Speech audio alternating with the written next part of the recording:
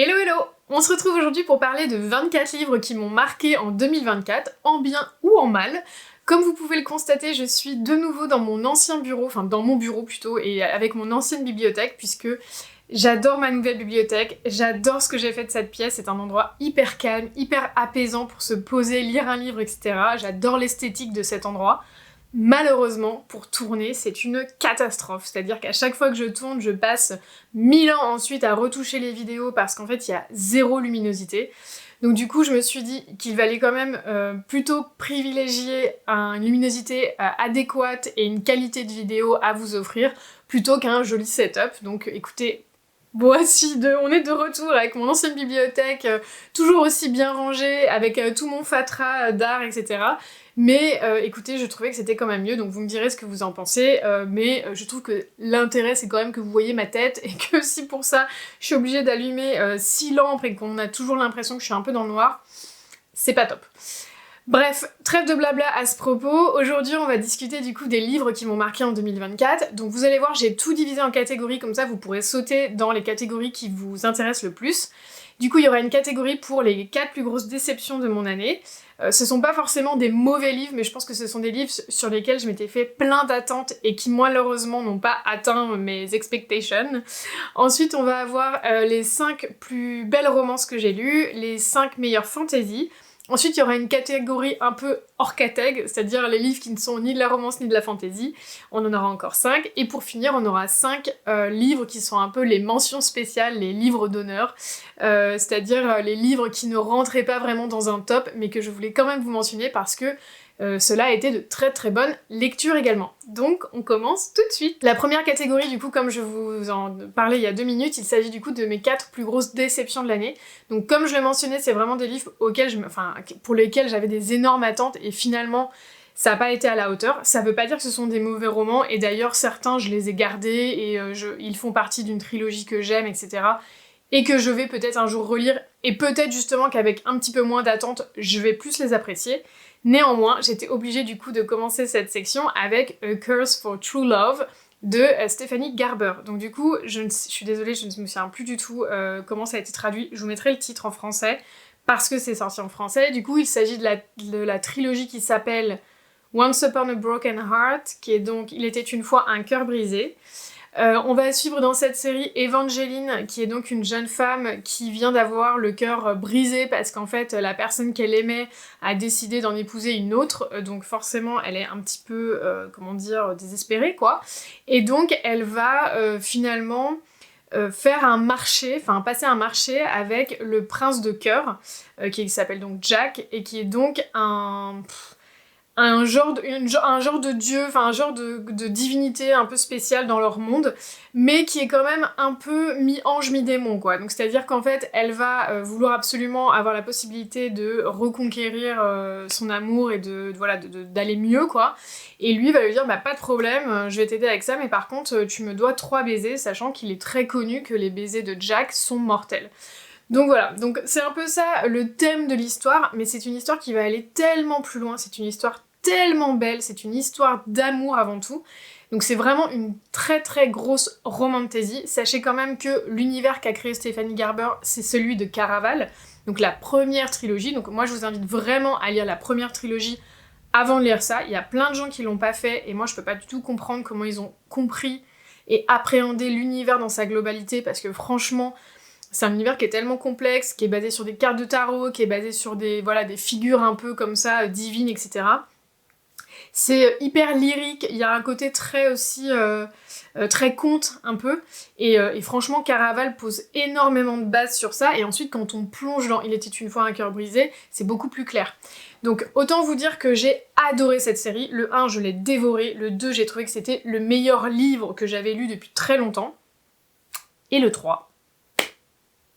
Comment vous dire? Donc en fait, si vous voulez, quand même le gros thème de l'histoire, c'est quand même Evangeline et Jack, et savoir finalement comment leur relation va évoluer, est-ce que c'est une histoire d'amour qui est vouée à être écrite ou non. Enfin voilà, on va beaucoup se poser de questions, aussi sur Jack, sur ses intentions, parce que visiblement lui, il recherche quelque chose et il a vraiment des intentions cachées par rapport à son pacte avec Evangeline. Et donc c'est hyper intéressant, ça fait que c'est une histoire qui est hyper prenante, qui est hyper émouvante. Et on arrive au 3. Et là, Stephanie Garber, elle nous fait une espèce de daube. Enfin, désolée de dire ça, mais vraiment, enfin... Elle nous fait un petit wrap-up là de la fin, genre allez hop, on raconte la fin de l'histoire d'Evangeline et Jacques et tout, et puis on va se concentrer quand même sur les autres personnages parce que ça serait bien qu'on entame une autre trilogie par la suite. Excusez-moi, mais c'est vraiment l'effet que ça m'a fait. Et du coup, je suis restée mais sur ma faim. J'étais tellement énervée. La tension monte et monte et monte du tome 1 au tome 2, on est comme des dingues à la fin du 2, en plus méga cliffhanger, on est là, mais comment ça va se terminer et tout. Horrible. Donc franchement, hyper déçue. Je peux pas dire que j'ai pas aimé le livre, parce que forcément, j'adore l'univers, j'adore les personnages, j'adore la plume de Stephanie Garber, donc j'ai passé un très bon moment. Mais vraiment, quand je l'ai fermé, j'ai eu cette sensation un peu amère de me dire, mince, je me suis sentie un peu flouée finalement, parce que je me suis dit, j'ai plus eu l'impression que l'autrice était en train vraiment de développer des nouveaux arcs narratifs et de nous hyper comme ça sur certains personnages pour qu'on ait envie de lire les prochains, plutôt que voilà se concentrer à offrir une fin digne de ce nom à cette histoire-là. Donc voilà, écoutez, c'est mon avis, je sais que c'est un avis qui est partagé parce que j'ai lu qu'il y avait pas mal de personnes qui avaient ressenti ça, néanmoins c'est quand même une trilogie que je vous conseille de lire fortement. Ensuite, on est toujours dans les trilogies et on est toujours sur un tome 3, mais vous verrez dans cette vidéo que c'est pas parce qu'on lit un 3e tome que forcément c'est une déception pour moi, ce n'est pas le cas. Mais là, c'était quand même vraiment très très gros. Il s'agit donc de House of Shadows and Flame de Sarah J. Maas, donc c'est le tome 3 de Crescent City. Qui était donc le tome 1. Donc pour vous remettre un peu dans l'histoire, on est dans une espèce de urban fantasy. Donc on suit Bryce, qui est donc une héroïne hyper forte, avec un caractère hyper trempé, etc. Qui vit dans un royaume qui s'appelle Lunarion, je crois, qui en fait a perdu sa meilleure amie dans des circonstances assez tragiques, et qui va vouloir vraiment comprendre finalement ce qui lui est arrivé, parce que elle a du mal à comprendre ce qui s'est passé, en fait. Et donc sa meilleure amie était un loup-garou, elle, c'est une semi-faée, enfin, vous voyez, c'est tout un monde un peu comme ça. Et finalement, elle va être aidée par Hunt, qui est un ange, qui était un ancien esclave, qui faisait partie d'une rébellion qui finalement a échoué, et qui est plus ou moins là pour la surveiller, l'aider, etc., et la protéger, finalement, parce que, évidemment, à force de chercher un petit peu la petite bête, et bah, elle va se rendre compte qu'elle va mettre le doigt dans un engrenage qui est beaucoup plus grand qu'elle. C'est vraiment passionnant. Moi, personnellement, le 1, j'ai halluciné, en fait, de l'univers qui était créé, j'ai halluciné de l'histoire que j'ai trouvé extrêmement bien, j'étais à fond. Le 2, j'étais à fond, bon, beaucoup trop smut, comme d'habitude avec Sarah J. Maas, mais bon, outre ça, très bien. Et le 3.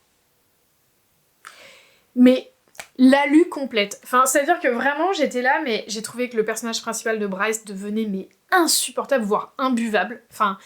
Elle a fait un espèce de caméo là avec les personnages de Hakotar, mais d'un useless. Enfin vraiment j'étais là, mais ah ouais, en fait tu nous as hypé pendant 1 an sur tous les réseaux et tout machin, qu'on t'avait fait un caméo de ouf et tout.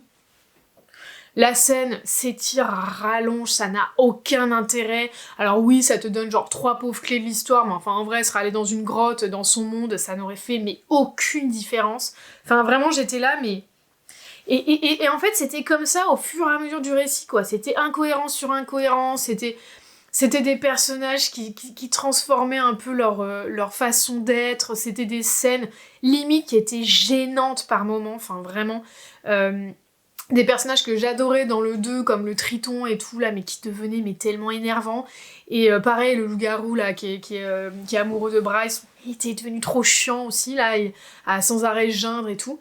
Enfin, vraiment, tous les personnages devenaient mais imbuvables. Et typiquement, Ron, qui est donc un personnage hyper emblématique du 1, du 2, qui est le demi-frère de Bryce et tout, et qui a un petit peu ce faé énigmatique et tout, mais devient tellement un con. Enfin, franchement, on a quand même une scène, je suis quand même obligée... Alors, c'est un moment spoiler, donc sautez dans 30 secondes si vous n'avez pas envie d'entendre ça, mais à un moment donné... il s'éprend pour une femme qui est quand même assez tyrannique, et donc il y a cette tension entre eux, etc. Et elle, on lui kidnappe ses enfants. Donc je sais pas si vous vous rendez compte en fait de la gravité de la situation, genre on t'a kidnappé tes gosses, et en plus de ça, les gosses ont été kidnappés par un espèce de mec ultra sanguinaire, donc tu sais qu'ils sont en danger potentiellement en fait. Tu te dis quand même, à tout moment, je retrouve mes enfants en morceaux, je les retrouve pas, etc. quoi. Donc, moi, je me mets à sa place en tant que mère, et je me dis, mais je suis dans un état de détresse absolue, c'est le moment que choisit l'autrice pour se dire, bah en fait, dans ce moment d'état de détresse, bah, ces deux-là vont enfin se rapprocher et vont enfin, se trouver charnellement. Quoi ? Non mais franchement, j'étais là, mais... mais en fait non, quoi. Enfin, juste non. Enfin, cette scène était ni fait ni à faire. C'était vraiment... Enfin, c'était gênant, c'était troublant, c'était... Moi, ça m'a énervée, mais comme jamais j'avais envie de faire... Oh putain, allez, vas-y, je ferme le bouquin et j'arrête. La fin, tellement what the fuck. Elle est partie, mais vraiment en cacahuète de ouf. Donc, très compliqué. Franchement, la série, elle a fait ça, et sur le 3, elle a fait... Donc franchement, encore une fois... soit elle est en train de nous préparer un autre tome sur des espèces de caméos de l'univers et tout, et ça expliquerait ce caméo pourri. J'en sais rien, mais voilà, en tout cas, énorme déception sur ce livre-là. J'en attendais tellement, parce que je trouvais que c'était une histoire qui avait tellement de personnages, qui avait tellement d'arcs, que c'était super riche et tout. Horrible. Donc écoutez, franchement, Crescent City, ça en est un point. Je sais même pas si je vous le conseille honnêtement, de lire la trilogie, parce que les romans sont des pavés comme jamais. Et franchement, pour avoir un tome 3 aussi lunaire, bah je suis pas sûre. Donc voilà, à bon entendeur. Ensuite, j'aurais bien évidemment pu vous parler du Pont des Tempêtes de Daniel L. Jensen, mais je vous ai tellement saoulée avec ce livre que je me suis dit, bon, on va arrêter en fait de dire que t'as pas aimé, je pense qu'on est très clair que j'ai pas aimé ce livre. C'est pas que j'ai été... Et en plus, je peux pas vraiment le mettre dedans, c'est pas vraiment une déception, parce qu'en vrai, j'en attendais rien, donc voilà. J'ai plutôt été déçue par Mexican Gothic de Silvia Moreno Garcia. Pourquoi ? Parce que je pense que j'avais une énorme attente. J'étais hyper contente que ça soit déjà un livre qui se passe au Mexique, parce que c'est un pays qui m'attire, mais comme jamais. Donc du coup, j'étais contente d'avoir cette ambiance. En plus, c'est un peu le Mexique des années 50, il y a un côté un peu fast, un peu fête, etc. et tout. Enfin, je sais pas, je m'étais fait, je pense, tout un imaginaire autour du truc. En plus de ça... Je pensais vraiment qu'il y aurait une ambiance à la Rebecca, de Daphné du Maurier du coup, et du coup je m'attendais à ça. Donc je pense que mon problème aussi avec Mexican Gothic, c'est que je m'étais fait trop une idée de ce qu'allait être ce roman, au lieu de me dire, bah en fait j'y rentre et je me laisse porter et je verrai bien. Et je pense que c'était ça le problème. Et après j'ai trouvé aussi qu'il y avait quand même certaines facilités scénaristiques qui... parfois me gêne pas du tout dans les livres, et je sais pas pourquoi dans celui-ci, ça m'a énervée, parce que je trouvais que l'héroïne, c'était un peu facile, par moments, par d'autres, t'avais juste envie de dire, bah je sais pas, sors de la ville, appelle quelqu'un, machin, enfin juste la base quoi. Je sais pas, il y avait des moments comme ça où je me disais, ok, bon, très bien, c'était ultra dégueu aussi, hein, pour info, et voilà, donc on suivait en fait cette jeune femme, qui est donc une jeune fille de bonne famille, etc., qui finalement, pour pouvoir suivre les études qu'elle a envie de suivre, passe à un espèce de marché avec son père, parce que lui veut absolument qu'elle aille aider sa cousine qui a l'air d'être en PLS dans sa maison là au fin fond de la forêt quoi, parce que apparemment elle perd un peu la tête quoi. Donc elle va aller voir sa cousine, et en fait sa cousine elle est un peu recluse, elle est un peu enfermée, on comprend pas trop. L'espèce de majordome, la gouvernante, elle est hyper méchante, donc du coup d'où le Rebecca quoi. Le mari il est chelou, enfin toute la famille est un peu bizarre, un peu raciste, un peu bref. Donc y a rien qui va quoi. Et donc forcément, bah, moi je m'attendais voilà, à une intrigue, un truc un peu comme à la Rebecca avec une révélation finale incroyable et tout. Et en fait, très honnêtement, j'avais très vite compris ce qui se passait. Et je pense aussi que c'est peut-être ça qui m'a gâché un peu la fin. Je pense que vraiment, en plus, alors peut-être que c'est parce que je l'ai fait en audio, et que du coup, le ton a fait, enfin je dis pas que voilà, je suis brillante et que c'était évident la fin, parce que c'était pas forcément évident, mais c'était plutôt que je pense que de l'avoir écouté, j'ai l'impression que les indices étaient assez clairs, enfin voilà, pour nous expliquer ce qui allait se passer à la fin du roman. Donc bref, voilà, une déception pour moi, j'ai pas adoré ce livre, je suis hyper déçue parce que c'était une autrice, je pense que j'avais envie d'aimer, donc je vais lui redonner une chance cette année avec un autre livre, mais voilà, pour l'instant, ça l'a pas fait, malheureusement, avec ce livre-là. Et on va finir du coup avec peut-être ma plus grosse déception de l'année honnêtement. Alors aujourd'hui évidemment je ne vous parle que des livres que j'ai finis, hein. Je vous parle pas des DNF parce que je pense que je les ai déjà mentionnés pendant l'année et que franchement des livres que j'ai DNF, si ça se trouve je suis passée à côté d'un truc hyper bien, donc pour moi il n'y a pas trop d'intérêt de vous en parler. Et puis cette année il y en aura beaucoup plus, vous verrez, parce que j'en ai marre en fait, maintenant j'ai envie de DNF des livres dès que je passe un mauvais moment parce que je me dis En fait, quand t'as pas envie de retourner dans un bouquin, mais pourquoi tu te forces en fait? Il y a aucun intérêt. Donc bref, petite parenthèse fermée, donc là je vous parle vraiment des livres que j'ai lus jusqu'au bout. Hein. Et du coup, un livre qui m'a tellement déçue, mais parce qu'en fait ce livre, il avait tellement tout pour être parfait pour moi, c'est Wayward d'Emilia Hart. Je ne sais plus du tout comment ça a été traduit, je crois que ça a été traduit La Maison au Sortilège ou un truc comme ça en français. Et je vous raconte l'histoire et vous comprendrez pourquoi il y avait tout pour me hyper. Donc on parle finalement dans ce bouquin de sorcellerie, mais vraiment d'une sorcellerie, vous savez, vraiment comme un peu la Wicca, quoi, ce côté un peu animal, la flore, la terre, etc. Donc moi c'est une forme de magie que j'adore retrouver dans les romans, donc déjà, j'étais déjà à fond, quoi. Et en plus de ça, on suivait finalement 3 femmes à 3 époques différentes. Bon là, on avait fini de m'achever, parce que alors moi, les trucs temporels un peu comme ça, parallèles et tout, j'adore. Donc c'est vrai que j'en parle pas beaucoup sur cette chaîne, mais j'adore lire par exemple des romances historiques et des romans historiques avec ce genre de trame, donc j'étais vraiment, vraiment comme une dingue. Et en plus de ça, il y avait ce marketing finalement autour de ce livre qui était très de c'est un livre féministe, c'est pour vraiment parler des femmes qui reprennent le pouvoir, et machin et tout, je te là, bon, go quoi. Et en fait, si vous voulez, ce qui a été un peu compliqué avec ce livre, c'est que... comment vous expliquer? En fait, c'était comme un condensé de toutes les horreurs qui peuvent arriver aux femmes, quoi. Enfin, vraiment, c'était... Donc on suit 3 femmes, et je peux pas vous dire comment elles sont connectées, parce que sinon vous allez perdre tout intérêt au roman, qui finalement vont chacune vivre une situation très compliquée. Donc... Il y en a quand même une qui vit du coup vraiment dans un ancien temps et qui va être justement accusée de sorcellerie par son village, etc. et qui est en procès en fait. Donc ça fait vraiment chasse aux sorcières de l'époque. Il y a une qui va plus ou moins être... comment dire ? Qui va vivre, on va dire, un événement traumatique avec un homme, alors que son père avait quand même envie plus ou moins de les marier, etc. Enfin, vous verrez, c'est tout un truc encore complètement lunaire. Et il y en a une à notre époque, qui finalement est dans un mariage violent. Et on va suivre finalement, petit à petit, toutes ces histoires-là, les unes après les autres, et les chapitres sont découpés, qu'on suit un petit bout, on suit un petit bout, on suit un petit bout, puis on repart à la première, etc. et tout. Et franchement, il y avait tout pour me plaire, mais ça l'a pas fait du tout, quoi. J'ai pas du tout apprécié les messages, j'ai pas du tout trouvé que les sujets avaient été traités comme il fallait. J'ai trouvé que vraiment, c'était horrible comme livre. C'était, mais... ah bah elle, il lui arrive ça, eh bah elle, il lui arrive ça, eh bah elle, il lui arrive ça. J'étais là, mais ça ne va jamais s'arrêter, en fait. Et en fait, si vous voulez, il y avait pas ce... Enfin, moi, j'ai pas senti, en tout cas, ce côté vraiment de... je brise le cercle de la violence.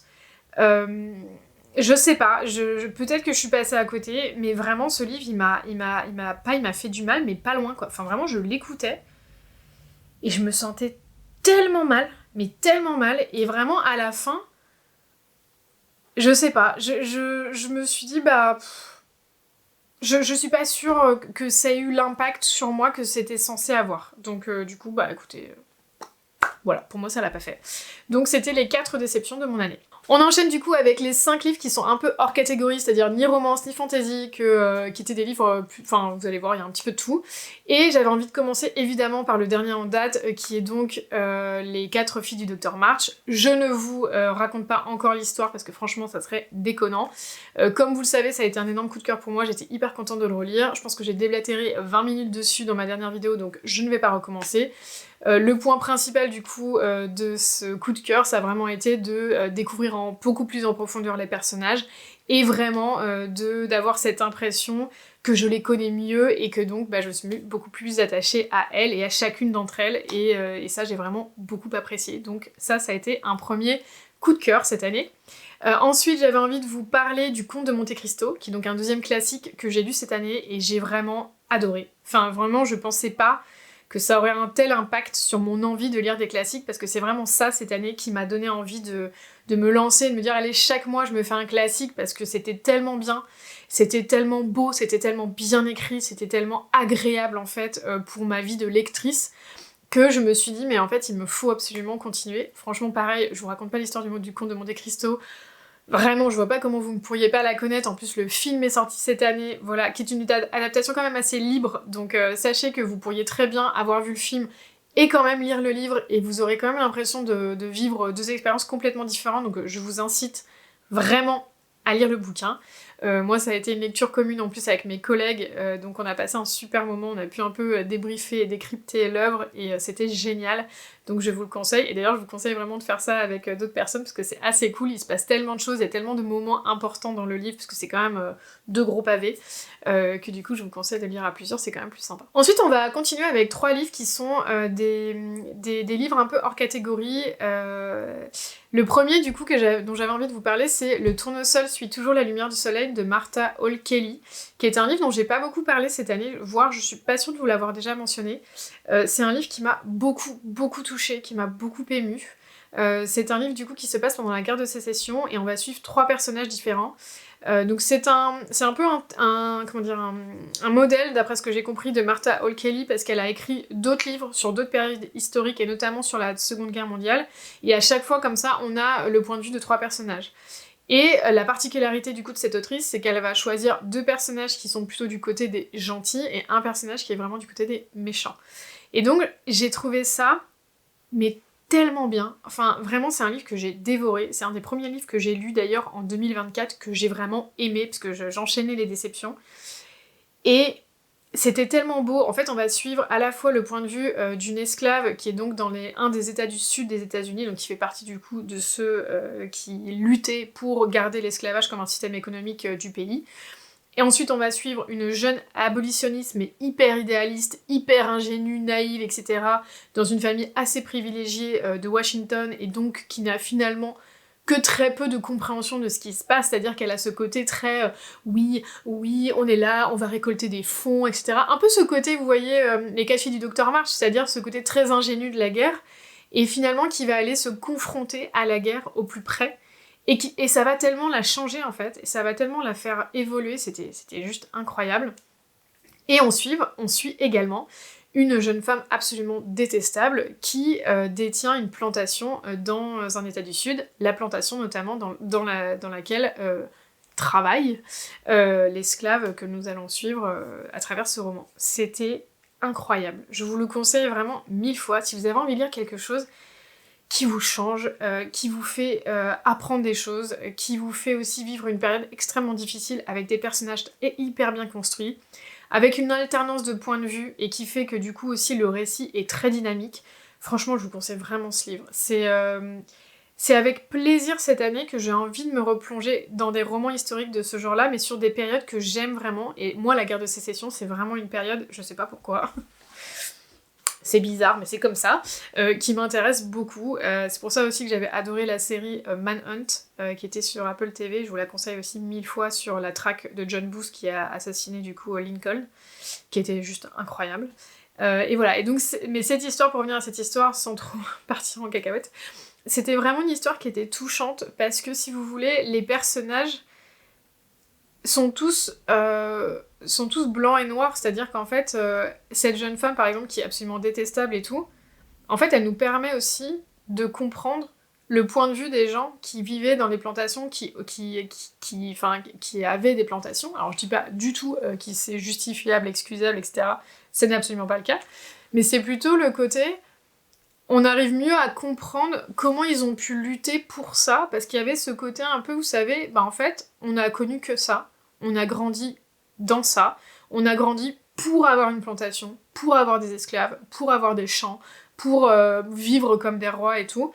Et en fait, on se bat pour garder un espèce de statu quo qui, certes, est complètement détestable et tout, mais ils ont tellement grandi dans un espèce de lavage de cerveau qui est « mais en fait, ces gens ne sont pas vraiment des gens », qu'ils n'ont plus aucune humanité, en fait, envers eux, quoi. Et c'est ultra perturbant, c'est hyper bouleversant à suivre, mais j'ai beaucoup aimé que ça soit inclus dedans, parce que je trouve que c'est important. Et ça en fait un livre que je trouve être très beau et être très important. Et je pense que je le garde aussi pour ça.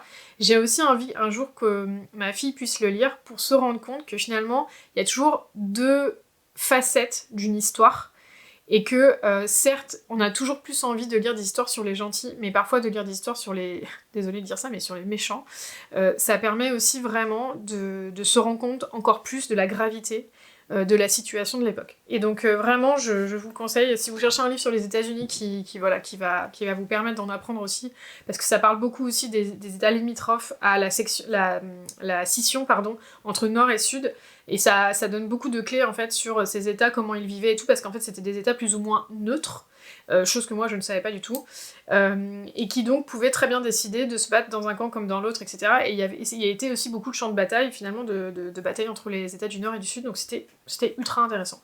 Voilà, trêve de blabla sur ce livre, mais écoutez, le tournesol suit toujours la lumière du soleil, foncez. Et là vous allez rire parce que c'est un livre que j'ai lu cet été, et que j'ai plutôt vécu comme une déception, et pourtant c'est un livre qui m'a touchée et qui m'a habitée. Et là, quand j'ai regardé la liste vraiment des livres de mon année, je me suis dit, bah en fait, au final, c'est quand même un livre qui m'a vraiment plu. Il s'agit du coup des Demoiselles de Anne-Gaëlle Huon, qui est donc un livre qui raconte l'histoire de ces jeunes femmes dans les années 40, je crois, je vais pas vous dire de bêtises, 40 ou 50, je me souviens plus trop.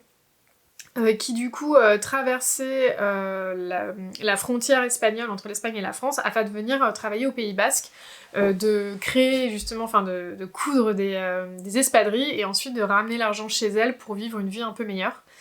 Et donc on va suivre justement une jeune femme qui va malheureusement tout perdre et plutôt se destiner à rester du coup en France pour travailler dans les espadrilles et au sein d'une famille, enfin trouvée, d'une maison un peu haute en couleur. Et au final c'est vrai que c'est un livre qui m'a déçue par certains aspects parce que j'ai trouvé la fin un peu rapide, parce que je pense que ça m'a pas pris au cœur au point, je sais pas, dont j'en avais envie, que j'avais envie plutôt. Et puis je pense que la relation mère-fille aussi a été quelque chose peut-être qui m'a pas forcément plu, donc qui a été un peu difficile. Mais à la fois, j'ai trouvé que c'était un très beau livre. Et vraiment, je me suis vraiment dit, mais en fait j'ai plus envie d'avoir des moments comme ça cette année, c'est-à-dire des livres qui vous laissent pas indifférents. C'est-à-dire que on se dit, bah... Enfin, vous voyez, les fantaisies, les romantaisies et tout, c'est génial et tout. On vit des excellents moments de lecture, mais parfois, ça nous fait... Enfin, moi, en tout cas, ça me fait... Mince, j'ai été coupée, désolée. Ça me fait peut-être pas assez vivre de choses un peu différentes. Je pense que j'avais peut-être de temps en temps, j'ai besoin d'une palette d'émotions un peu plus étendue. Et ce livre-là, du coup, a vraiment rempli cette fonction-là. Donc voilà, je vais quand même essayer, comme je vous disais, peut-être de renouer un petit peu avec certaines lectures un peu différentes, qui vont un peu me déstabiliser, qui vont peut-être être un peu difficiles, comme le tournesol suit toujours la lumière du soleil, vous verrez, il y a des moments, c'est très très dur. Mais voilà, peut-être que c'est important pour fermer un livre et se dire, bah, ok, là je vais me prendre une petite romantasy tranquille, mais ça fait du bien aussi de lire des livres qui vous laissent une empreinte. Et du coup, en parlant de livres qui laissent une empreinte, j'avais envie du coup de finir avec Les 7 maris d'Evelyn Hugo de Taylor Jenkins Reid. Alors il faut savoir que c'était pas mon premier livre de cette autrice, donc c'est celle qui a écrit du coup Daisy Jones and the Six, donc que moi j'ai vu que en série.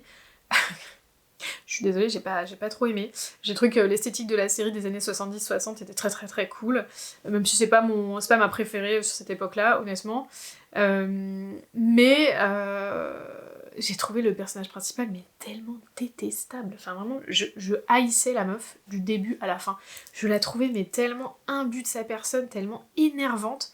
Et du coup, j'ai pas réussi à rentrer dedans. Pourtant, j'adore l'actrice, j'adore l'acteur principal. Je trouvais aussi le personnage qui jouait la femme était incroyable.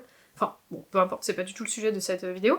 Mais bon, voilà. Donc en gros, j'avais commencé quand même avec ça et j'étais pas ultra convaincue. Ensuite, j'avais lu Malibu Rising, que j'avais trouvé très cool. Pour le coup, j'avais passé un super moment. J'avais aimé, il y avait un côté solaire, un côté visuel et sensoriel dans ce livre que j'avais vraiment beaucoup aimé. Donc du coup, je m'étais dit, bon allez, je me fais les 7 maris d'Evelyn Hugo parce qu'on en entend tellement parler. Et je me suis fait ça un jour, sur la route, en conduisant. Et j'étais mais tellement pris dedans. Enfin, vraiment... Du coup, on suit dedans l'histoire d'Evelyn Hugo, qui est une grande star du cinéma, mais plutôt des années 40-50, et qui, sur sa fin de carrière, décide enfin de livrer l'histoire de sa vie, mais à une journaliste. C'est-à-dire qu'elle ne veut qu'elle, en fait, pour l'interviewer, chose qu'elle n'avait jamais faite avant. Elle avait jamais vraiment pris la parole sur sa vie, ce qu'elle a vécu, ses maris, machin et tout. Et donc, elle dit, bah, je veux bien accorder une interview exclusive, la seule et unique, mais ça sera à cette personne-là. Et donc, la nana est un peu genre, ok, pourquoi moi et tout. Et donc elle va aller interviewer Evelyn et elle va finalement écouter le récit de sa vie, quoi. Et c'était tellement beau. Enfin, c'était tellement touchant, en fait, sur cette femme qui va vivre tout un tas de choses, en fait, qu'on a pu voir. Elle vit une époque, en fait, le Hollywood un peu... l'âge d'or d'Hollywood, quoi. Donc avec ce côté trop de fêtes, trop de mains baladeuses, trop de producteurs un peu chelous, même si ça, c'est toujours le cas. Et à la fois ce côté recherche identitaire, parce que c'est justement une jeune femme aux origines latino, je crois, qui va du coup un peu essayer de gommer cette partie d'elle-même pour se faire mieux accepter, etc. Enfin, c'était vraiment très très beau. Enfin, vraiment, je vous le conseille parce que on en a beaucoup entendu parler, ça a fait un peu un tapage à un moment donné, et on le voyait partout, et j'avoue que moi j'étais un peu genre, ah, ça va, là, dernier truc TikTok, machin, là, vas-y, ça me saoule. J'avais pas hyper envie, et franchement je serais passée à côté de quelque chose, parce qu'en fait ce livre, c'est un peu un... Je sais pas, moi, je trouve que... Je sais pas pourquoi, je trouvais qu'il y avait une ambiance un peu Gatsby, alors que c'est pas du tout la même époque, mais ce côté un peu, vous voyez, à la fois déluré, à la fois fête, mais à la fois tellement un peu désespérant, tellement touchant, tellement déstabilisant, parce que cette pauvre Evelyn, en fait, a une vie qui a pas du tout été aussi fastueuse, certainement, que les gens se faisaient, en fait, l'idée que les gens se faisaient de sa vie. Et c'était très beau. Et franchement, si vous avez envie d'un livre qui est un peu un ovni, qui va vous emmener dans une époque et qui va vous faire vivre mille émotions, parce que croyez-moi, je pense que j'ai ri, j'ai pleuré, j'ai re-ri, j'ai repleuré, etc. N'hésitez pas, Les 7 Maris d'Evelyn Hugo, vraiment, petite pépite. Ensuite, on va passer aux 5 mentions spéciales. Donc là, je vais aller hyper rapidement, encore plus rapidement que celui d'avant, parce que vraiment, ce sont des mentions spéciales, et je vous raconte juste de quoi ça parle, et je vous donne juste 2-3 mots, mais on enchaîne, parce que vraiment, cette vidéo va durer 1000 ans. Donc, dans cette catégorie-là, j'ai commencé par mettre La balade du serpent et de l'oiseau chanteur de Suzanne Collins. Et vous allez rire, franchement, ce livre, je lui ai mis 4 étoiles, mais je pense que j'aurais pu lui en mettre 5, parce que j'y ai pensé, pour ainsi dire, toute l'année. C'est-à-dire que c'est un livre que j'avais pas envie de lire. Moi, j'ai lu Hunger Games quand j'avais 19 ans, je pense. Quelque chose comme ça, quand à l'époque où les livres sortaient, le premier film est sorti, pardon, parce que je les ai lus et je voulais absolument les lire avant que le premier sorte.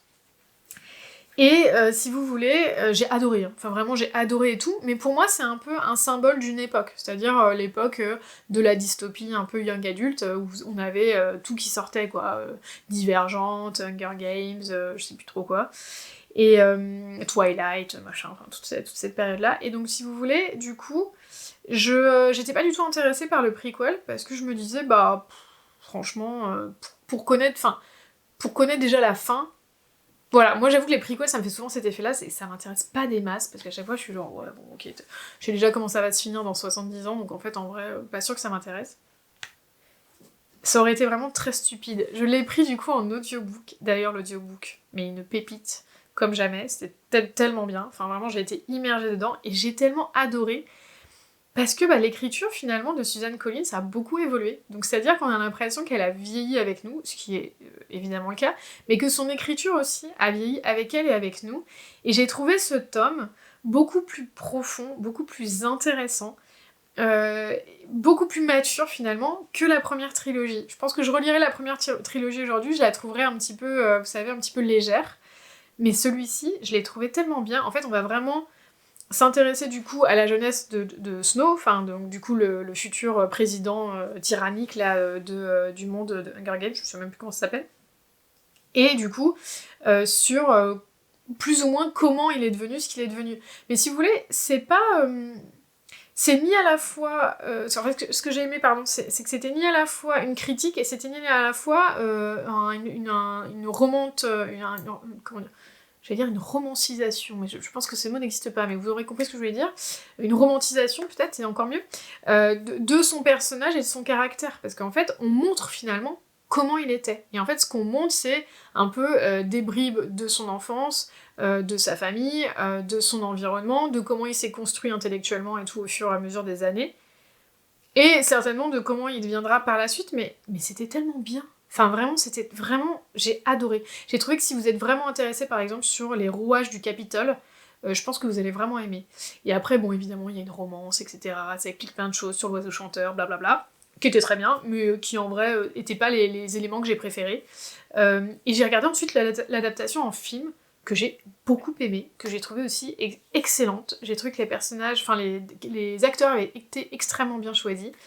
J'ai trouvé quand même qu'il y avait des choses qui étaient difficiles à comprendre, qui étaient mieux expliquées dans le livre, en tout cas moi j'ai trouvé. Parce que là je trouvais qu'à la fin, enfin vous verrez à la fin, il y a une scène hyper importante et tout, où je pense qu'on comprend vraiment comment Snow shift, en fait. Là, dans le film, je pense que c'était pas aussi clair. Mais voilà, en tout cas, je vous conseille la balade de l'oiseau chanteur, là, ou du serpent et je sais plus trop quoi, là. Vraiment trop trop bien. Et franchement, cette année, il y a encore un prequel sur l'histoire de Haymitch, qui est donc la personne qui s'occupe du coup des deux là dans Hunger Games, et trop hâte. Du coup je vais me jeter dessus parce que vraiment trop aimé. Ensuite j'avais envie de vous mentionner du coup La chasseuse et l'alchimiste de Alison Saft, qui est donc un livre qu'il ne faut pas prendre en se disant que ça va être la fantaisie de l'année ou que ça va être bourré d'action, et que c'est pas le cas. C'est une romance toute douce, tout en poésie, tout en moment calme, on va dire. On va suivre du coup dans cette aventure un jeune homme et une jeune femme qui tous les deux vont devoir faire équipe pour entrer dans une compétition qui est donc une chasse qui a lieu tous les je sais plus trop combien, afin de tuer un animal un peu mythique. Donc elle est une chasseuse et lui est un alchimiste en herbe, et ils vont devoir finalement conjuguer leur talent pour pouvoir traquer du coup le Hala, je crois que ça s'appelle, ou le Hana, le Hala, je crois que ça s'appelle. Voilà, parce que c'est quand même une grande, comment on appelle ça, une grande gloire, quoi, si vous voulez, de réussir à le tuer. Ce qui est un petit peu barbare, soit dit en passant. Mais voilà, et en fait, si vous voulez, c'est quand même plutôt une histoire sur la romance entre ces deux jeunes personnes qui sont complètement paumées, qui finalement se sont donné une quête, mais pour pas forcément les bonnes raisons, et qui, à travers leur quête et leur rencontre à tous les deux, et la relation qu'ils vont se nouer, bah vraiment vont être transformés, vont renouer avec des sentiments d'affection, d'amour, de confiance aussi, et c'était très beau. Enfin moi j'ai trouvé que c'était très bien écrit, j'ai trouvé qu'il y avait une ambiance qui était hyper envoûtante, je vous conseille fortement, voilà, si vous cherchez pareil, un ovni, un truc qui va... Vous allez pas vous dire genre ouais, ça, franchement il se passe 10 000 trucs à la minute, c'est clairement pas, mais si vous avez envie, voilà, plutôt d'une parenthèse douce, calme, entre des trucs qui sont hyper prises de tête et tout, bah je vous conseille celui-ci parce que c'était vraiment très beau. Et alors l'objet livre, je vous en parle même pas, c'est juste magnifique. Ensuite du coup dans mon top là des catégories, j'avais aussi envie de mettre Better Than the Movies de Lynn Painter, qui est donc une petite romance toute mignonne entre deux adolescents qui ne peuvent pas se piffrer. Donc on va suivre du coup Liz, qui est une jeune femme qui a la tête toujours dans les romances parce qu'en fait elle est passionnée de rom-com, c'est une passion qui lui a été transmise par sa maman. Et du coup, elle passe sa vie, en fait, à créer des playlists pour tout, en fait, parce que, justement, elle est passionnée des bandes originales, voilà, de ses films préférés. Et elle va se mettre en tête qu'elle veut absolument aller à son bal de promo avec un jeune homme qui s'appelle Michael, qui vient de revenir en ville. C'est bien la première fois que je me souviens de tous les les noms de tout le monde, et elle va devoir faire appel à Wes, je crois que c'est comme ça qu'il s'appelle, son voisin, parce que lui connaît très bien Michael, alors qu'elle, pas très bien.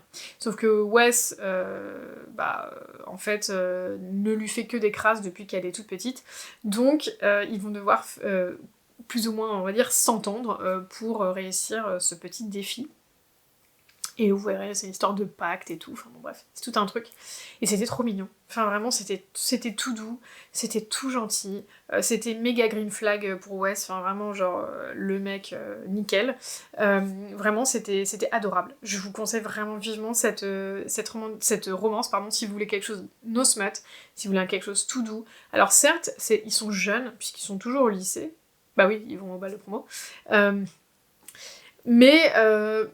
néanmoins, voilà, je trouve que ça peut être lu vraiment à tout âge, et c'est un très bon moment de lecture, et si vous aimez les comédies romantiques, bah, je pense que vous serez... Le livre suivant, du coup, qui est dans une mention spéciale, c'est The Spell Shop de Sarah Beth Durst, qui est pour le coup un 5 étoiles, j'ai vraiment passé un super bon moment, mais c'est pareil, c'est un peu comme les hors-catégories, je trouve que là, c'est une cozy fantasy.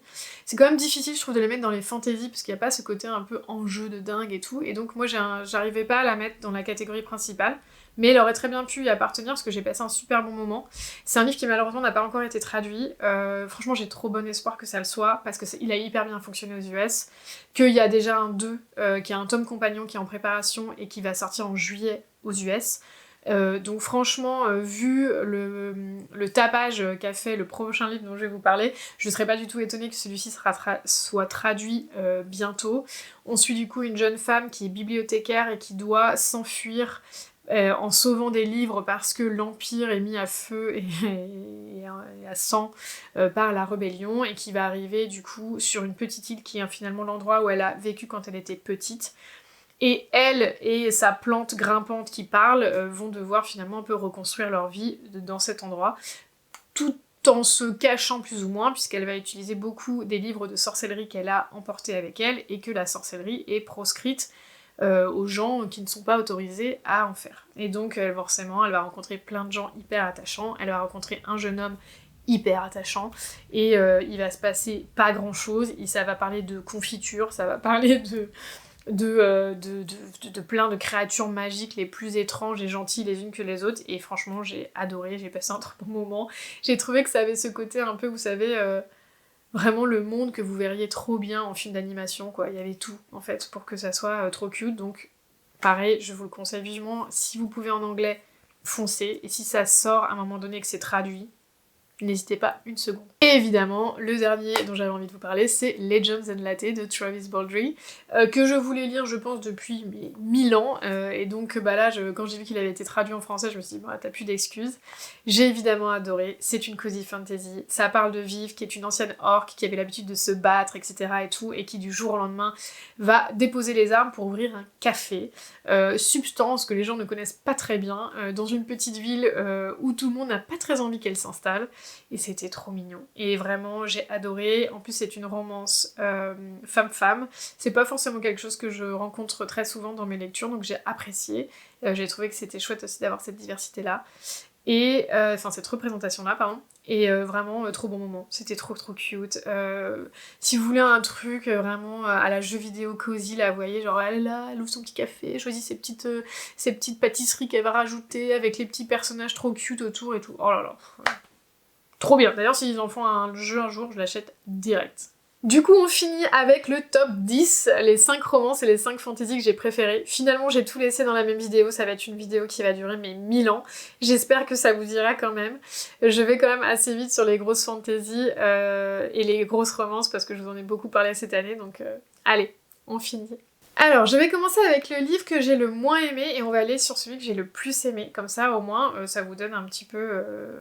Voilà, ça vous donne un peu un classement, entre guillemets, on va faire 5, 4, 3, 2, 1. Sachant que vraiment, je les ai tous adorés, hein, donc il n'y a pas non plus une grosse différence entre le 5e et le premier. Néanmoins, celui qui est en 5e position, évidemment, ça sera Noël à la charmante librairie de Jenny Colgan. Donc c'est un livre que j'ai lu du coup en décembre, je vous en ai déjà parlé.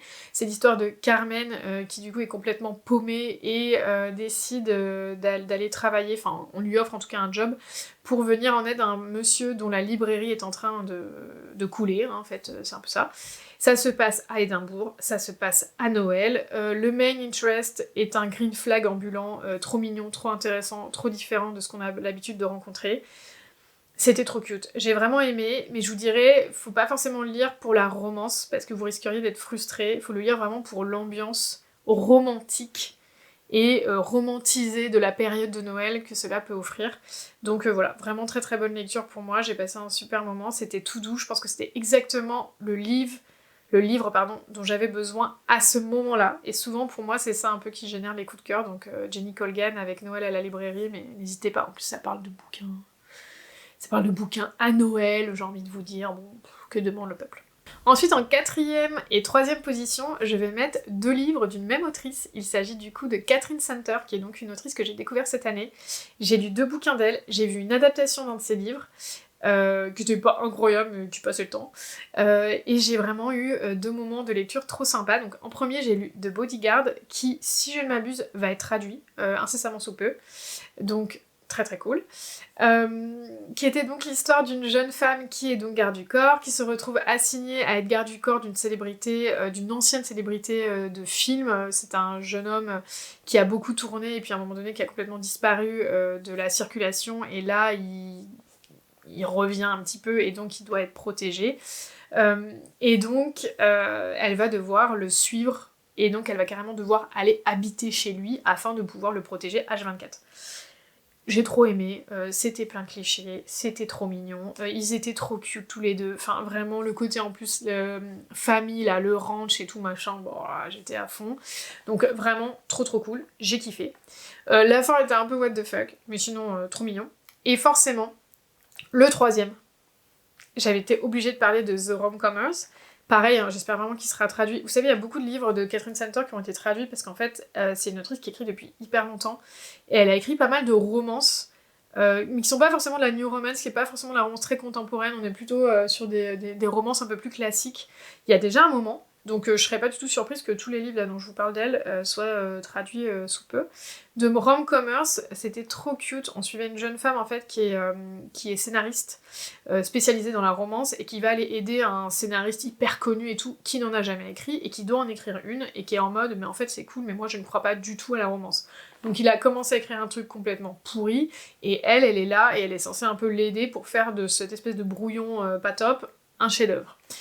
Et donc elle va devoir habiter chez lui, puisqu'en plus lui ça, il a un ego démesuré et que on doit venir à lui quoi, et voilà. Donc vous verrez, c'est assez compliqué, parce que lui il est quand même assez détestable en fait, pendant quand même 75% du bouquin tu le détestes un peu, mais elle est tellement cute, elle c'est vraiment c'est une fanat des comédies romantiques, mais vous savez c'est la vraie avocate des comédies romantiques, c'est-à-dire qu'elle a les bons arguments pour nous faire aimer finalement ces romances-là. Et donc je trouvais ça vraiment trop mignon quoi, et j'ai vraiment adoré. Donc vraiment je vous conseille, si vous aimez aussi les comédies romantiques et que vous avez cherché toujours les bons arguments contre ceux qui vous disent c'est pas vraiment des films, c'est vraiment de la daube, ah bah n'hésitez pas, lisez-le, au moins ça va vous faire une petite liste comme ça à mettre de côté pour plus tard. Le livre suivant, j'étais obligée de le mentionner quand même, il s'agit de Love at First Book de Jane McKinley, qui est un livre qui m'a fait chialer, mais comme jaja. C'est-à-dire que vraiment, comme je vous l'avais dit, je crois, hein, j'ai jamais quasiment pleuré pour un livre, mais là, vraiment, j'ai pleuré quoi. Et puis je pleurais, je m'arrêtais, je repleurais, enfin vraiment... Voilà.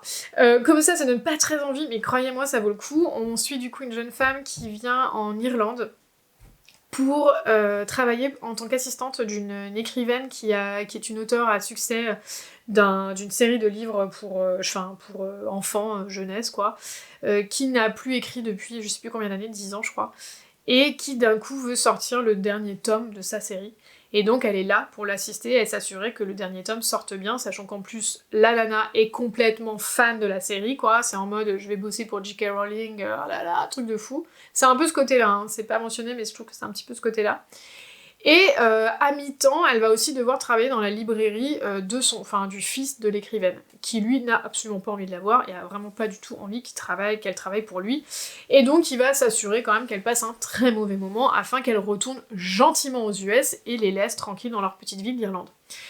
C'était trop cute, c'était trop mignon, c'était très très beau, c'était aussi beaucoup sur les relations familiales. C'est une histoire d'amour avec des personnages qui ont des vécus qui sont quand même assez douloureux, assez complexes, et du coup bah forcément entre eux c'était juste trop bien, donc vraiment je vous conseille 1000 fois. Moi comme je vous dis, hein, j'ai pleuré, mais j'ai pleuré et à la fois j'ai refermé ce bouquin et je me suis dit oh là là c'est trop beau. Je sais pas du tout s'il a été traduit, je ne crois pas. Mais vraiment, j'étais obligée de vous le mentionner. Et ma meilleure romance de l'année, du coup, il s'agit de A Novel Love Story de Ashley Poston. Donc, Ashley Poston, elle a écrit aussi Seven Years Sleep, qui vient tout juste d'être traduit. Du coup, je vois pas pourquoi il traduirait pas celui-ci. Donc, gardez-le vraiment sous le radar, parce que ça a été ma meilleure romance de l'année. J'ai tout aimé dans ce livre. Pour moi, il y avait rien à refaire, il y avait rien à changer, pas une virgule, pas un mot, c'était parfait en fait. C'est l'histoire d'une jeune femme qui va par hasard se retrouver finalement dans la ville de sa romance préférée. Et elle va du coup tomber en panne, elle va se retrouver dans cette ville et elle va se dire mais c'est marrant, tous les gens me disent quelque chose et tout, et en fait oui, bah sa série de romances préférées se trouve dans ce petit village. C'est un peu comme si on se retrouvait, vous savez, dans Chestnut Spring là, de Elsie Silver, quoi. Enfin, oui, je crois que c'est ça son nom. Et que d'un coup, on voyait tous les personnages qui arrivaient à droite à gauche, on était là, what?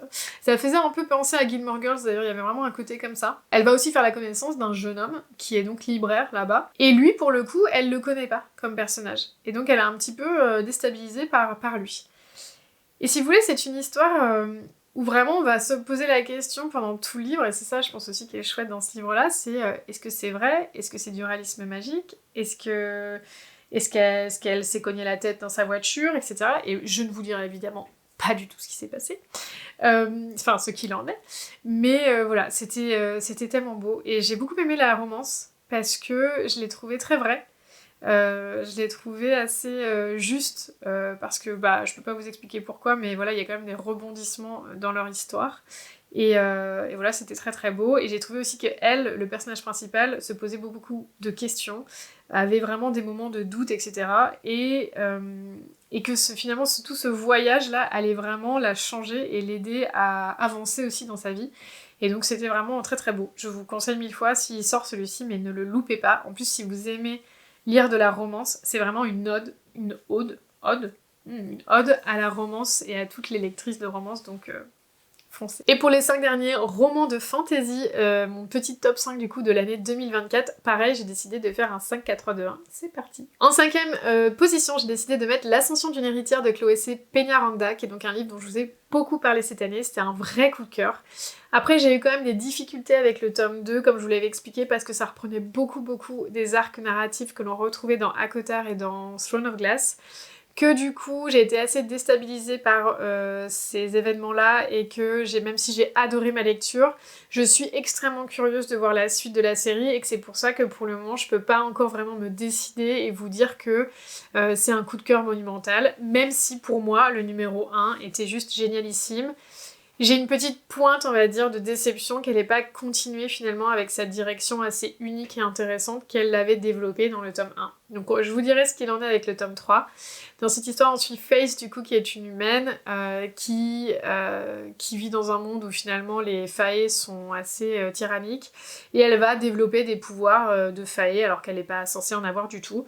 Et elle va donc rencontrer un jeune soldat qui va un peu l'aider qui lui est un Fae, qui va l'aider un peu à faire le clair sur toute cette histoire.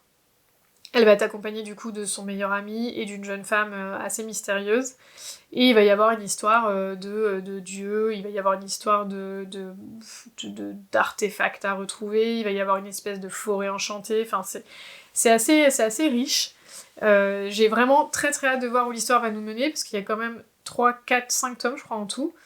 Donc écoutez, à suivre. Quand j'aurai lu le 3, je vous dirai plus ce que j'en ai pensé, mais il fallait quand même que celui-ci soit dans le top 5, c'était obligatoire. Le numéro 4 du coup de ce top 5, c'est Un royaume si cruel et merveilleux de Stasia Stark, qui est un dernier arrivant puisqu'il a été lu au mois de décembre, et j'ai vraiment passé un super bon moment. Finalement, de façon assez surprenante, j'avais vraiment très envie d'inclure ce livre, parce que depuis que je l'ai fermé, j'ai qu'une hâte, c'est qu'on ait la suite quoi. J'ai vraiment passé un super bon moment.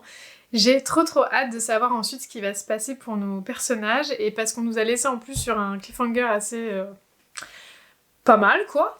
On va suivre du coup dans cette histoire une jeune femme qui vit dans un monde assez spécial, où le royaume finalement vous enlève vos dons pour ensuite vous les redonner. Mais si vous avez gardé quelques dons magiques au moment où vous les redonne, on peut s'en apercevoir, et on le prend ça comme une trahison envers le royaume, et du coup vous êtes assassiné. Donc évidemment, nous on suit une jeune femme qui a gardé ses dons magiques sans le vouloir, et qui va être traquée par le royaume. Sauf que finalement, dans cette fuite, elle va rencontrer tout un tas de personnages, et notamment un jeune homme qui est hyper mystérieux, et qu'elle va croiser comme ça plusieurs fois au fur et à mesure de son périple, qui va finir aussi par l'aider un peu dans sa quête plus personnelle. Et c'était très chouette. Enfin vraiment, c'est un livre qui est hyper dynamique, il se passe 12 000 trucs, c'est pas prise de tête, c'est bien écrit. Je trouve que la romance elle est cool, elle est pas non plus à casser 3 pattes, mais voilà, c'est un roman qui est réussi, c'est un bon moment de lecture. Je trouve qu'il y a les fondations pour que ça soit assez intéressant aussi dans les tomes à venir, donc moi je suis hyper curieuse de voir où ça va nous emmener. Soit vraiment elle nous fait un tome 2 génial, et du coup c'est une série qui devient juste trop bien, soit elle nous fait un tome 2 plouf plouf, et au final ça aurait été une toute petite étincelle qui se sera éteinte hyper rapidement. Je vous dirai ça, mais en tout cas, moi, depuis que j'ai fermé le livre, j'ai vraiment qu'une hâte, c'est de lire la suite, donc au final, c'est que c'était quand même un très bon roman. En troisième position, j'avais envie de mettre Le Serpent et le Descendant de la Nuit de Carissa Broadbent. Enfin bon, j'ai mis Le Serpent et le Descendant de la Nuit, mais en fait, peu importe que ce soit le tome 1 ou le tome 2, comme c'est une duologie, je pense que ça va ensemble.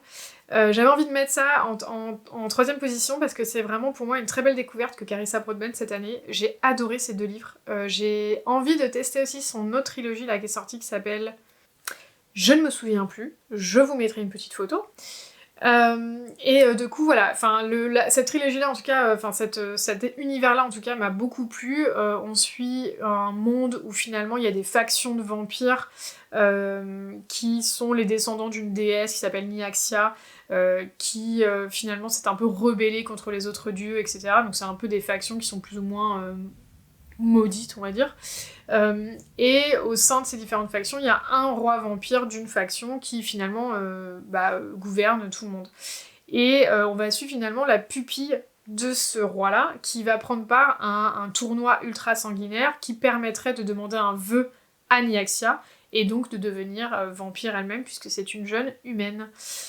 Et elle va devoir faire équipe avec d'autres vampires parce que sinon elle va se faire juste tuer au bout de 5 minutes et c'était trop cool. Il y avait un côté tournoi qu'on avait un peu déjà vu, mais je trouve que c'était plutôt bien fait parce que l'héroïne elle en chie vraiment. Et j'ai trouvé que c'était chouette parce que c'est toujours un peu genre ah t'as zéro pouvoir et puis t'arrives dans le tournoi et tu dégommes tout le monde, bon ouais ça va quoi. Là on sent quand même que c'est un peu chaud et donc c'est assez intéressant et après ça part dans d'autres directions etc. Donc franchement c'était très cool, moi j'ai vraiment beaucoup aimé. Et je suis hyper curieuse de voir ce qui va se passer ensuite, parce que du coup c'est des duologies où à chaque fois on suit un couple. Là on va commencer avec un nouveau couple, puisque le troisième tome sort en février, si je ne m'abuse. Et j'ai trop hâte, parce qu'en plus c'est sur un personnage secondaire que j'adorais, donc vraiment, carton plein pour cette série du coup de Carissa Broadbent, j'ai hâte de voir la suite. En position 2, j'avais envie de vous mettre du coup Destroy the Dead de Brigid Kemmerer, qui est donc une de mes autrices favorites de fantasy young adulte si vous préférez, peu importe. Et donc c'est la série qui s'appelle Défier la nuit, je crois qu'il y a 2 tomes qui ont été traduits, le troisième du coup est en cours de traduction en français, donc c'est une trilogie et ils sont tous parus et vraiment Destroy the Dead du coup c'est le numéro 3 et j'ai adoré, j'ai trouvé que c'était une série qui était tellement bien. Franchement Brigid Kemmerer elle a cette faculté à nous emmener dans des univers, à nous transporter, en fait à nous faire nous attacher tellement fort aux personnages qu'on ne peut que passer un bon moment quoi. Et franchement j'ai adoré, j'ai trouvé que ce tome 3 il était parfait. Il clôturait tout ce que je voulais qu'il clôture, je trouvais qu'il l'a amené là où je voulais qu'on aille et vraiment c'était trop bien. Vraiment je vous conseille trop, c'était trop cool. Donc si vous n'avez pas encore commencé Brigid Kemmerer ou si vous n'avez pas forcément une bonne expérience avec un sort si noir et si cruel, ou je sais plus trop comment ça s'appelait là, n'hésitez pas parce qu'en fait Défier la nuit c'est quand même... j'ai trouvé que c'était une trilogie qui était plus mature et qui était un peu plus robuste on va dire que la première, donc franchement foncez. Et je pense que sans aucune surprise, en top 1, nous aurons donc Empire of the Vampire de J. Christophe. Et donc j'ai mis pareil, j'ai mis Empire of the Vampire, mais ça aurait pu être Empire of the Damned, parce que vraiment les deux sont incroyables. Ils ont tous les deux été traduits par De Saxus, donc vous pouvez aussi foncer sans les yeux fermés quoi. Vraiment, c'est une série, je pense que j'en ai beaucoup parlé cette année, c'est une série qui m'a transportée, enfin j'ai trouvé que c'était tellement bien écrit, c'était tellement intelligent, c'était tellement acide, c'était drôle, enfin c'était parfait quoi. Il y avait un peu de tout et je trouve que ce qui était très très fort, c'est cette façon que J. Christophe a, un peu à la Robin Hobb, de vraiment nous faire nous attacher au personnage, de créer vraiment des moments d'émotion qui fait que même si on est dans une dark fantasy, dans un univers qui est hyper sombre, hyper lugubre et tout, on est quand même vraiment attaché en fait aux personnages principaux, à ce qui va leur arriver, et on a des moments où on pleure, où on rit, où il y a des moments d'amour, il y a des moments intenses, enfin vraiment c'est un chef-d'œuvre pour moi que cette trilogie. Je suis hyper impatiente de lire le 3, et à la fois j'ai peur, mais comme jamais. C'est-à-dire que déjà, je sais même pas si c'est sa clôture, je crois que oui. Je sais que le livre est terminé, pour l'instant il n'y a pas de date de sortie. Il doit certainement encore être en relecture. Mais j'ai peur en fait, parce que j'ai tellement aimé le 1 que déjà j'avais peur de le lire le 2. J'ai tellement aimé le 2, ça finit sur un truc, j'étais là, what? Et en fait, je sais pas en fait. Si le 3 c'est comme le 3 de Crescent City, que ça fait genre... Je vais être dégoûtée. Donc écoutez, on verra ce que ça donne. De toute façon, c'est sûr qu'une fois que je l'aurai lu, je vais encore me taper une panne de lecture pendant 6 semaines. C'est à chaque fois que je lis un livre de J. Christophe, après je suis genre, je trouve tout un peu pas ouf. Donc on verra ce que ça donne. J'espère qu'il sortira cette année et que De Saxus nous fera une traduction en même temps du coup que la sortie américaine, mais on verra si ça se fait. Voilà, je pense que j'ai fait le tour de toutes mes lectures de 2024 dont j'avais envie de vous parler. Je suis contente parce que comme du coup j'avais commencé mon année sur YouTube en mai, il y avait des livres dont je vous avais jamais parlé, donc c'était l'occasion un peu de revenir sur cela. J'espère que cette vidéo vous aura plu, j'espère que ça vous aura donné envie de lire certains de ces livres. Si c'est le cas, n'hésitez pas à me le dire en commentaire, ça me fera très plaisir. Sinon laissez-moi un petit emoji de ce que vous voulez. Écoutez, c'est freestyle. Moi j'aurais envie de mettre des flocons parce qu'il fait tellement froid. Mais voilà, faites ce que vous voulez. Et surtout, dites-moi quelles ont été vos meilleures lectures de 2024, que je vois si je les ajoute aussi à ma wishlist du coup de l'année 2025. Je vous retrouve du coup très très vite pour parler un petit peu résolution 2025 et les livres que j'ai envie absolument de lire cette année. En attendant, je vous souhaite de passer de merveilleuses lectures et je vous dis à très bientôt. Bye bye!